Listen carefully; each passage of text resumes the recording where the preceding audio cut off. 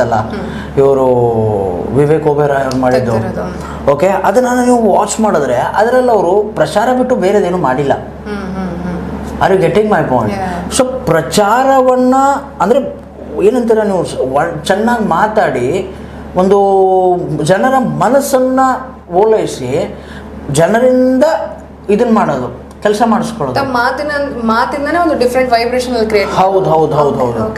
But ಈ ಬಾರಿ ಕೆಲಸ ಅಂದ್ರೆ ಬಾತ್ ಜ್ಯಾದಾ ಕಾಮ್ ಕಮ್, ಮಾತ್ ಜಾಸ್ತಿ ಕೆಲಸ ಕಮ್ಮಿ ಅಂತ ಹೇಳಿ ಜನ ಬಹುಶಃ ಅವ್ರನ್ನ ತಿರಸ್ಕಾರ ಮಾಡಿರಬಹುದು. ಯಾಕಂದ್ರೆ ಬಿಜೆಪಿ ತುಂಬಾ ಕೆಟ್ಟದಾಗಿ ಮುಗ್ಗರಿಸಿದೆ ಇಡೀ ದೇಶದ ಚಿತ್ರಣವನ್ನ ನೋಡಿದ್ರೆ. ಯಾಕಂದ್ರೆ 400 ಪಾರ್ ಅಂತ ಇದ್ರು ಮೋದಿ ಅವರು. ಇಲ್ಲ, ಅದನ್ನೇನು ಹೇಳ್ತಿದ್ದೀನಿ ನಾನು, ಇವ್ರಿಗೆ ಏನಂತೀರ ನೀವು, ಮೋದಿ ಅವ್ರಿಗೆ ಸಂವಿಧಾನದ ಒಂದು ಇದನ್ನ ಸಿಕ್ಕಾಗಾಯ್ತು. ನಾನು ಎದಕ್ಕೆ ಈ ಮಾತು ಹೇಳ್ತಿದ್ದೀನಿ ಅಪ್ಪ ಅಂತಂದ್ರೆ, president first citizen of India.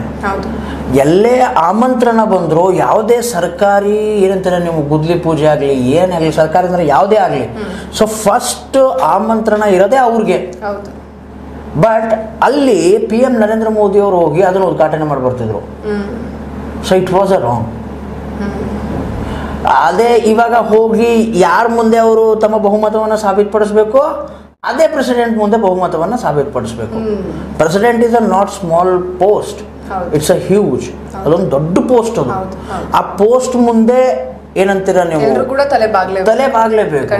So ಸ್ವಲ್ಪ ಕೆಲ ಸಮಯದಿಂದ ಅದು ಮರೆಯಾದಂತ ಕಾಣಿಸ್ತಾ ಇತ್ತು ಅದು. ಬಟ್ ಇವಾಗ ಅದೇ ಏನು ಹೇಳಿದೆ ನಾನು ನಿಮ್ಗೆ, ಸಂವಿಧಾನದ ಬೆಲೆ ಹೆಂಗೈತೆ ಅಂತ. ಸಂವಿಧಾನದ ಬೆಲೆ, ಯಾರಿಗೆ ಎಷ್ಟು ಬೆಲೆ ಕೊಡಬೇಕು ಅನ್ನೋದು ಕೂಡ ಇವಾಗ ಅರ್ಥ ಆಗುತ್ತೆ, ಹೋಪ್ಫುಲ್ಲಿ. ಇವಾಗ ಸರ್ಕಾರ ಮಾಡ್ಬೇಕಪ್ಪ ಅಂತಂದ್ರೆ ಸಿಂಪಲ್ ಒಂದೇ ಮಾತಿರೋದು, ಇಲ್ಲಪ್ಪ ನಿಮಗೆ ಇಷ್ಟು ಸ್ಥಾನ ಕೊಡ್ತೀನಿ, ನೀವು ಇದನ್ನ ಮಾಡಿ ಅದನ್ನ ಮಾಡಿ, ಇಲ್ಲಪ್ಪ ಅಂದರೆ ನೀವೇ ಪ್ರಧಾನಿಯಾಗಿ ನಾನು ದಂಡಕ್ಕೆ ಸರಿತೀನಿ. BJP ಬರೋದು ಮುಖ್ಯ ಅಂತ ಅವ್ರು ಮೋದಿಯವ್ರ ಮನಸ್ಸಲ್ಲಿ ಇದ್ರೆ ಅದು ವರ್ಕೌಟ್ ಆಗುತ್ತೆ. ಏನಕ್ಕೆ ಅಂತಂದರೆ ನಿತೀಶ್ ಕುಮಾರ್ ಅವ್ರ ಇತಿಹಾಸ ಕೂಡ ಒಳ್ಳೆಯದಿಲ್ಲ, ಅದೇ ರೀತಿ ಚಂದ್ರಬಾಬು ನಾಯ್ಡು ಅವ್ರ ಇತಿಹಾಸ ಕೂಡ ಒಳ್ಳೆಯದಲ್ಲ. The simple thing is that ಅವ್ರು ಯಾವಾಗ ಆಮಿಷವನ್ನು ಎದುರಿಗೆದವರು ಒಡ್ತಾರೋ ಅವಾಗ ಜಿಗಿದೋಗ್ಬಿಟ್ರು ಅವರು. ಇವರು ಎಷ್ಟು ಮಟ್ಟಿಗೆ ಅಂದ್ರೆ ಎಷ್ಟು ಹ್ಯೂಜ್ ಆಫರ್ ಇಟ್ಟಿದ್ದಾರೆ, ಎಷ್ಟು ದೊಡ್ಡ ಒಂದು ಆಮಿಷವನ್ನ ಇಟ್ಟಿದ್ದಾರೆ ಅಂತ ಅವರು ಎದುರಾಳಿಗಳು ಏನಂತ ತಿಳ್ಕೊಂಡ್ರೆ, ಅದೇನಂತ 100 ರೂಪಾಯಿ ಮೇಲೆ ನಾನು ಇನ್ನೊಂದು ಹಾಕೊಡ್ತೀನಿ ಅನ್ನೋ ಥರ ಅವ್ರು ಏನಾದ್ರು ಎಕ್ಸ್ಟ್ರಾ ಹೇಳ್ಬಹುದೇನೋ. ಸರ್ಕಾರ ಇಲ್ಲ, ಅವರು ಇವಾಗ ಆಲ್ರೆಡಿ ಆಫರ್ ಬಂದೈತೆ. ಅಂದ್ರೆ ಇಂಟೀರಿಯರ್ ರಿಪೋರ್ಟ್ಸ್ ಏನು ಹೇಳ್ತೀವಿ ಅಂತಂದ್ರೆ, ನಿತೀಶ್ ಕುಮಾರ್ ಅವರೇ, you are the only one who formed India. ನೀವೇ ಇಂಡಿಯಾನ ಫಾರ್ಮ್ ಮಾಡಿದ್ದು, ಅಂದರೆ ಇಂಡಿಯಾ ಘಟಬಂಧನೆಯನ್ನ ಫಾರ್ಮ್ ಮಾಡಿದ್ದು. You just come to us, ನೀವು ನಮ್ಮ ಹತ್ರ ಬನ್ನಿ, ನೀವೇ ಪ್ರಧಾನಿಯಾಗಿ.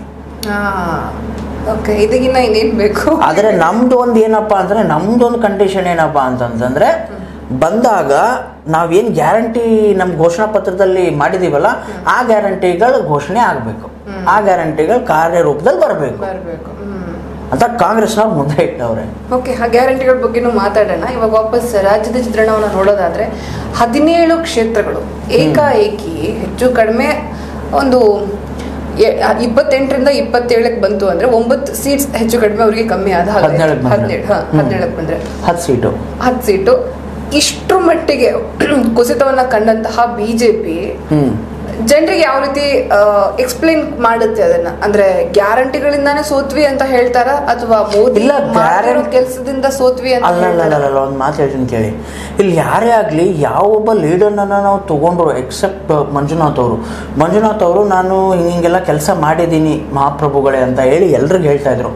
ಹೌದು, ಅವರು ಕೂಡ ಮೋದಿಯನ್ನ ಪ್ರೇಸ್ ಮಾಡ್ತಾ ಇದ್ರು, ಮೋದಿಜಿಯವರನ್ನ ಪ್ರೇಸ್ ಮಾಡ್ತಾ ಇದ್ರು. I am not denying that. But almost all ಅವ್ರ ಕೆಲಸಗಳನ್ನ ನಾನು ಇದನ್ನ ಮಾಡಿದ್ದೀನಿರಪ್ಪ ನಿಮ್ಗೆ ಅಂತ ಹೇಳ್ತಾ ಇದ್ರು. But everyone except doctor Manjunath, almost all ಬಿಜೆಪಿಗಿರೋದು ಒಂದು ಮಾತು ಕೇಳಿದ್ರೆ, ಮೋದಿಯವರವರೇ ನಮ್ಗೆ ಓಟ್ ಹಾಕಿ, ನಾವು ಹೋದ್ರೆ ಮೋದಿಯವ್ರು ಬರ್ತಾರೆ, ನಾವು ಗೆದ್ರೆ ಮೋದಿ ಬರ್ತಾರೆ, ನಮಗೆ ಓಟ್ ಹಾಕ್ಬೇಡಿ ಮೋದಿಗೆ ಓಟ್ ಹಾಕಿ ಅಂತ ಹೇಳಿ ಹೇಳಿ ಹೇಳಿ ಹಾಕ್ಸ್ಕೊಂಡಿರೋ ಮಾತಿದು. ಸೊ ಸ್ವಂತ ಕರ್ತೃತ್ವ ಅಂತ ಮಾತು ಬಂದಾಗ, ಸೊ ಈ ಬಾರಿ ಅದು ಒಂದು ಇಂಪ್ಯಾಕ್ಟ್ ಆಗಿದೆ. ಅದ್ರ ಜೊತೆಗೆ ಇನ್ನೊಂದು ಇಂಪ್ಯಾಕ್ಟ್ ಆಗಿರೋದು ಏನಂತಂದ್ರೆ, ಗ್ಯಾರಂಟಿಗಳು ತುಂಬ ಇಂಪ್ಯಾಕ್ಟ್ ಮಾಡಿವೆ. ಅಲ್ಲ ರೀ, ನಾನೇ ಒಂದು ಓಪನ್ ಆಗಿ ಒಂದು ಮಾತು ಹೇಳ್ತೀನಿ ಕೇಳಿ. ದಿವಸಕ್ಕೆ 500, 300, 400 ರೂಪಾಯಿ ದುಡಿಯುವಂತಹ ವ್ಯಕ್ತಿ 10 ದಿವಸಕ್ಕೆ ಎಷ್ಟಾಯಿತು? 300 × 10 3000. 30 ದಿವಸಕ್ಕೆ ಎಷ್ಟಾಯ್ತು? 9,000.